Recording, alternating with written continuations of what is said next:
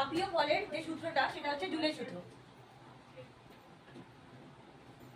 তাপীয় ফল সংক্রান্ত যে সূত্র সেটা একমাত্র সূত্র, সেটা হচ্ছে জুলের সূত্র।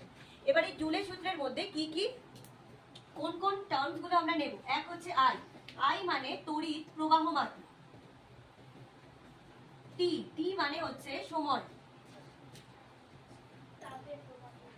আর, আর হচ্ছে রোধ। আর অবশ্যই তাপীয় সংক্রান্ত সূত্র যেহেতু, তাহলে এইচ, এইচ হচ্ছে তাপ।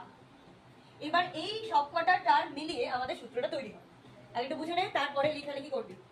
দেখ, প্রথম সূত্র নাম্বার 1, সেটা তাহলে প্রত্যেকটা সূত্র কার সাথে হবে? এইচ এর সাথে আই এর সূত্র, এইচ এর সাথে টি এর সূত্র, এইচ এর সাথে আর এর সূত্র, তিনজনের সাথে একটা করে সূত্র। প্রথমটা হচ্ছে উৎপন্ন তাপ, সেটা কিসের উপর নির্ভরশীল? এই যে তড়িৎ প্রবাহ মাত্রা তার বর্গের সাথে সমানুপাতিক। তার মানে কি, এইচ কার সাথে সমানুপাতিক? আই এর বর্গের সাথে।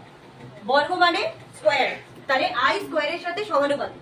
তার মানে তড়িৎ প্রবাহ মাত্রা যত বেশি হবে তত তাপ আরো বেশি উৎপন্ন হবে। এমনিতেই স্কয়ার আছে, তাহলে তাপ আরো বেশি উৎপন্ন হবে। সমানুপাতি আছে, সমানুপাতি মানে এটা বাড়লে এটাও বাড়বে। সেক্ষেত্রে তোদের শুধু এখানে লিখে দিতে হবে, যখন যেটার সাথে সূত্র হবে বাকি দুটো লিখে দিবি অপরিবর্তিত বা স্থির। মানে যখন টি আর আর স্থির, ঠিক আছে? নাম্বার